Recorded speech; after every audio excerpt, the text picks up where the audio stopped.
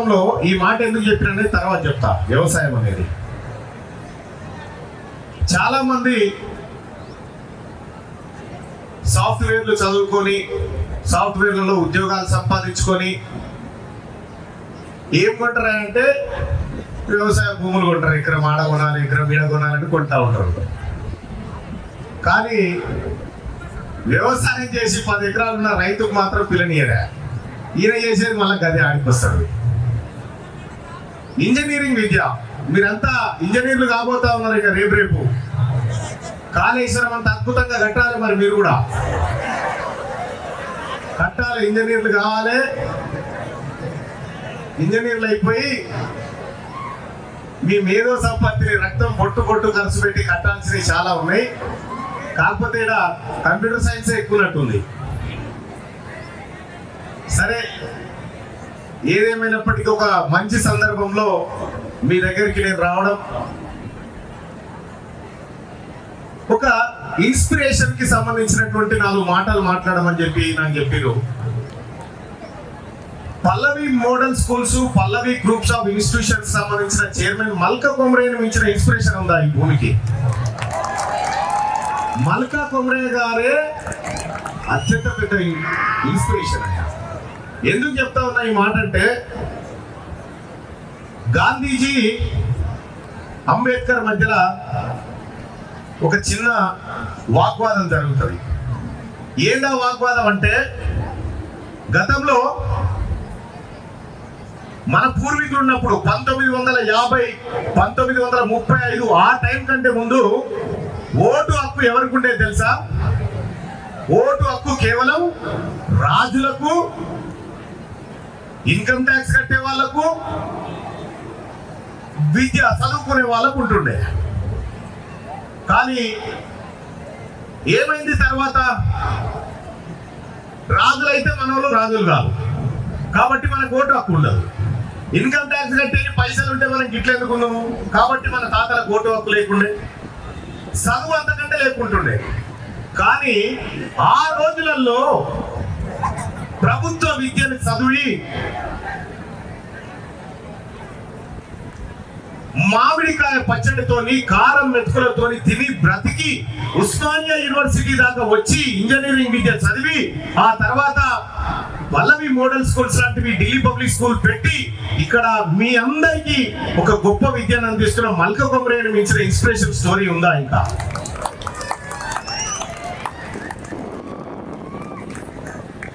ఎందుకు ఈ మాట చెప్తున్నంటే, మల్కా కొమరే గారు ఓవర్ నైట్ లో వచ్చిన మనిషి కాదు. ఆయన జీవితాన్ని ఒక్కసారి చదివి చూడండి, మీకు తెలుస్తుంది. ఒక మనిషి ఒక వ్యవస్థతో ఎట్లా పోరాడాలో తెలుస్తుంది. ఇంజనీరింగ్ కాలేజ్ అంటే మామూలుగా ఏముంటాయి? ఎవరైనా సాధారణంగా ఏ తల్లిదండ్రులు ఉంచిన ఇంజనీరింగ్ కాలేజ్ అనగానే ర్యాగింగ్ అనేది ఉంటుంది అంటారు. ఇంజనీరింగ్ కాలేజీల వ్యవస్థ లేక ముందుకే మల్కా కొమరే గారు ఈ వ్యవస్థలో అనేక ర్యాగింగ్ కు గురై ఇక్కడి వరకు వచ్చినట్టు నిలబడ్డటువంటి బిడ్డ. అప్పుడున్నటువంటి పరిస్థితుల్లో చదువుకుందామంటే సౌకర్యం లేదు, పోదామంటే బస్ ఛార్జ్ లేరు, చదివిపించే తల్లిదండ్రులు లేరు, చదువుకోవాలన్న ఆతృత ఉన్న ప్రేరేపించే వాళ్ళు లేరు. అయినా కూడా అవన్నీ అవమానాల నుంచి బయటికి వచ్చి ఉస్మానియా యూనివర్సిటీలో ఇంజనీరింగ్ చేసి ఇవాళ మీలాంటి ఇంజనీర్లను తయారు చేస్తున్నటువంటి మల్కా కొమరే గారికి మొదటగా హృదయపూర్వక ధన్యవాదాలు తెలియజేస్తా ఉన్నా. ఇక ఈ కీకల చీడ కూడా ఉందా? ఓ అంటారు. అయితే చెప్తా, మీరు కూడా చెప్తా ఒకసారి జనాలు. ఒక ఆయన ఏం చేసిందట, బాగా తాగుడట, బాగా తాగి ఒక ఆయన మొత్తం ఇక చచ్చిపోయేటట్టు తయారైపోయిందట. మొత్తం ఇక రేపు చచ్చిపోతాడు అనగా దేవుడు ప్రత్యక్షం అయినట్టు ఆయనకు. దేవుడు ప్రత్యక్షం అయితే మొత్తం ఆయన లివర్ అన్ని ఖరాబ్ అయిపోయినాయి. ఖరాబ్ అయిపోతే దేవుడు ప్రత్యక్షం అయితే దేవుణ్ణి ఏమైనా కోరుకుంటావురా నువ్వు, ఇక ఆఖరిగా రేపు చచ్చిపోతున్నావు కదా అంటే ఆ తాగుబోతుడు ఏం కోరుకున్నట్ట అంటే, ప్రభు వచ్చే జన్మల పనులు 2 తక్కువ సరే కానీ లివర్లు మాత్రం 32 ఇవ్వని అడిగినాడు. అంటే మళ్ళా తాగుతాం. ఈ రకంగా ఉంటుంది అన్నట్టు వ్యవస్థ. ఇప్పుడు తెలంగాణ రాష్ట్రంలో ఊరూరికి ఉన్నాయి బెల్ట్ షాపులు, బండ్ల కంటే ఎక్కువ బెల్ట్ షాపులు ఉన్నాయి. అయితే మీకు ఒక అంబేద్కర్ కి సంబంధించిన విషయం చెప్పాలి. నేను పెద్దగా మీ ఇంజనీరింగ్ విద్యకు సంబంధించి మీ ప్లేస్మెంట్స్, మీరు గొప్పగా ఎదుగుతారు, మీరు ఇదే బాటలో నడవాలి, ఇవన్నీ ఉత్తయ్య మాటలు. మీరు ఎట్లా పోవాలనుకుంటే అట్లా పోయి. కానీ అయితే అంబేద్కర్, బాబాసాహెబ్ అంబేద్కర్, ఆయన కనుక లేకపోతే, పూలే కనుక లేకపోతే, వాళ్ళిద్దరి కృషి కనుక లేకపోతే ఇవాళ తీన్మార్ మల్లన్న లేడు, మీరు లేరు, మల్కా కొమరయ్య గారు లేరు, ఎవరు లేరు. ఎందుకు చెప్తా ఉన్నా ఈ మాట అంటే, మీలో ఎంతమంది భారత రాజ్యాంగ పుస్తకాన్ని పట్టుకున్నారు చూసిరా? కనీసం భారత రాజ్యాంగ పుస్తకాలు చూసిన వాళ్ళు ఉన్నారు ఎవరైనా? ఒకళ్ళు చూసిన వాళ్ళు ఉంటే చేయలేమంటారా? చూడలే. మనం ఎందుకు చూడలే? అది చూడం కాబట్టి ఆ హక్కులు లేవు. మీ అందరికి తెలుసో లేదో, మేము చదువుకునే రోజుల్లో మా సార్ ప్రొఫెసర్ బుచ్చయ్య గారు అని ఉంటుండే. నేను BA bachelor of arts, economics, political science, public administration నా సబ్జెక్ట్ ఉంటుండే. నేను చదువుకునేటప్పుడు మా ప్రిన్సిపాల్ ఒకటే మాట చెప్పేది, నవీన్ అనేది నన్ను, అప్పటికి నేను మళ్ళా నేను కాదు, నవీన్ ఉస్మానియా యూనివర్సిటీ సాంబార్ ఉంటుంది, ఆ టేస్ట్ తెలుసా నీకు అన్నాడు. అంటే అంత బాగుంటుందా సార్ అని. వాస్తవానికి కూడా అలాంటి సాంబార్ కూడా మా ఇంట్లో లేకపోయేది. ఉస్మానియా యూనివర్సిటీలో సాంబార్ టేస్ట్ చూస్తావా అన్నాడు. చూడాలి కదా సార్ అటువంటిది. అంటే చూడాలంటే నువ్వు ఈ ర్యాంకు కొట్టాలంటే కష్టపడి 90 ర్యాంకు కొట్టుకున్నానయా. ఉస్మానియా యూనివర్సిటీకి పోయినా ఆ సాంబార్ టేస్ట్ చూసిన, ఆ తర్వాత JNTకి పోయినా, MBA చేసిన, కాకతీయ యూనివర్సిటీకి పోయినా, BPD చేసిన, ఇంకో యూనివర్సిటీకి పోయినా, జర్నలిజం చేసిన, ఏమి చేసినా కూడా ఏ ఒక్క చదువు, నేను చేసిన ఏ ఒక్క చదువు వెంటబడి నేను పోలే. నేను ఏదనుకున్నానో దాబాట్లోనే పోయినా. నేను 1999లో జర్నలిస్ట్. నేను అప్పుడు ఆ రోజు నా జీతం 60 రూపాయలు. ఆఖరికి నేను ఉద్యోగం మానేసే టైంకి నా ప్రాణము 30 లక్షల రూపాయల ప్యాకేజ్ నాది. మానేసి వచ్చేసిన. ఎందుకు వచ్చేసినంటే, నేను అనుకున్నటువంటి మార్గం వైపు పోవట్లేదన్న ఉద్దేశంతో వచ్చిన. మీ అందరికి తెలుసు క్యూ న్యూస్ అనేది, మీకు తెలుసు ఎవరికైనా క్యూ న్యూస్ అనేది ఒక చిన్న యూట్యూబ్ ఛానల్. అది ఆ చిన్న యూట్యూబ్ ఛానలే ఇవాళ చాలా మంది యూట్యూబ్ ఛానల్ పెట్టడానికి ఇన్స్పిరేషన్ గా మారింది. ఒకానొక సందర్భంలో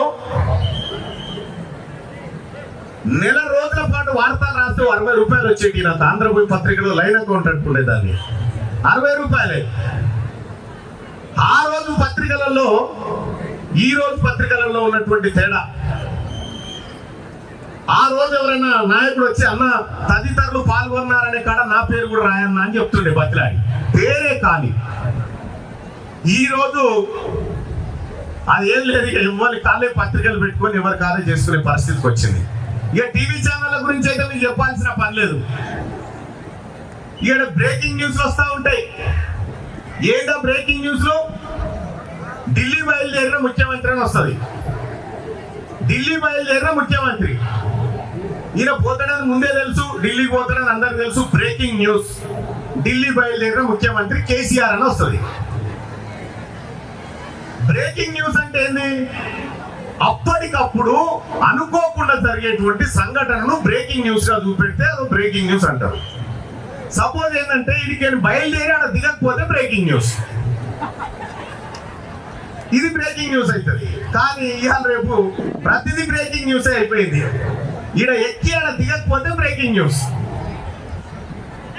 ఇక చాలా మంది మా జర్నలిజంలో కూడా చాలా మంది పెద్ద కుంభకోణం చేసిండే అంటారు. ఏంది కుంభకోణం? కుంభకోణం అంటే ఏంది? ఎవరైనా చెప్తారా కుంభకోణం అంటే ఏదో? స్కామ్, అంతవరకు చెప్తాం స్కామ్ అని. కానీ కుంభకోణం అంటే మీ సబ్జెక్ట్లో ఉంటుంది.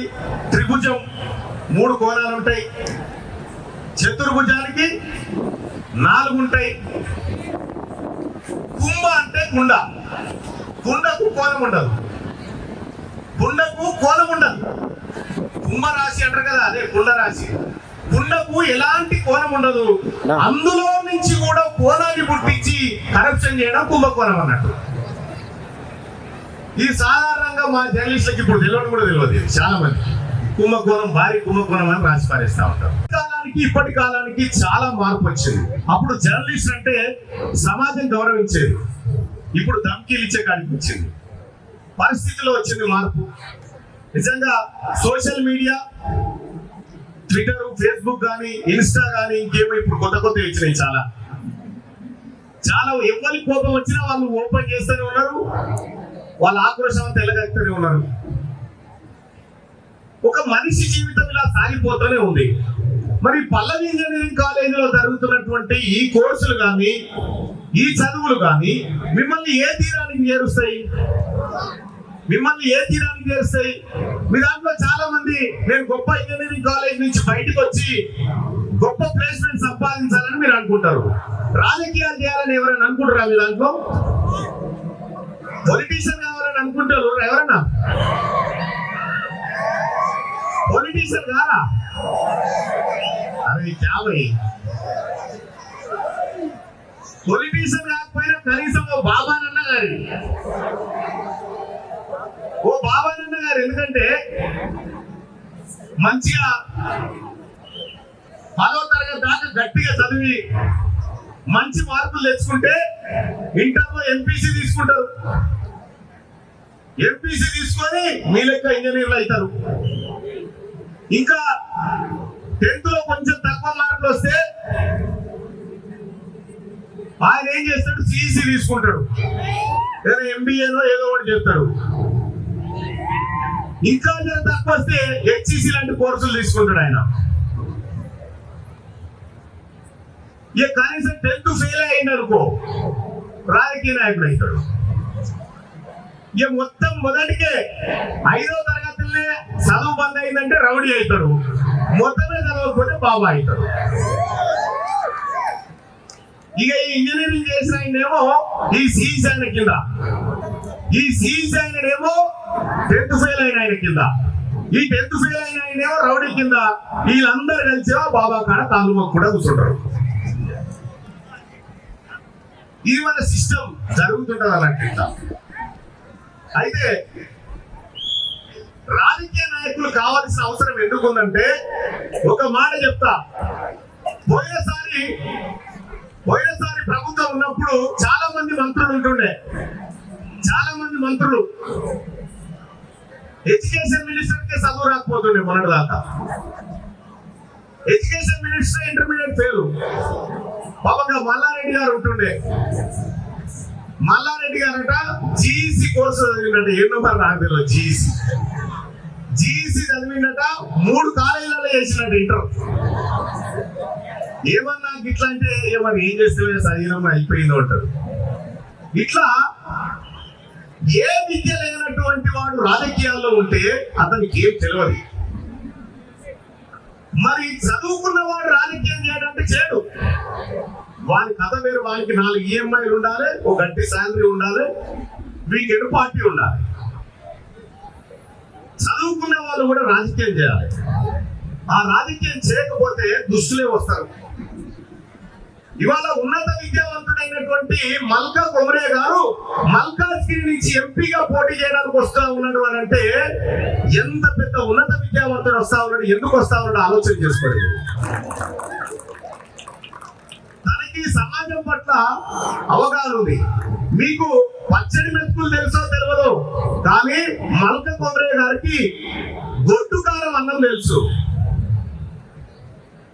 మల్క కొమరయ్య గారికి నాగలు ఎట్లా కట్టాలో తెలుసు. మల్క కొమరయ్య గారికి విద్యా సంస్థలు ఎట్లా పెట్టాలో కూడా తెలుసు.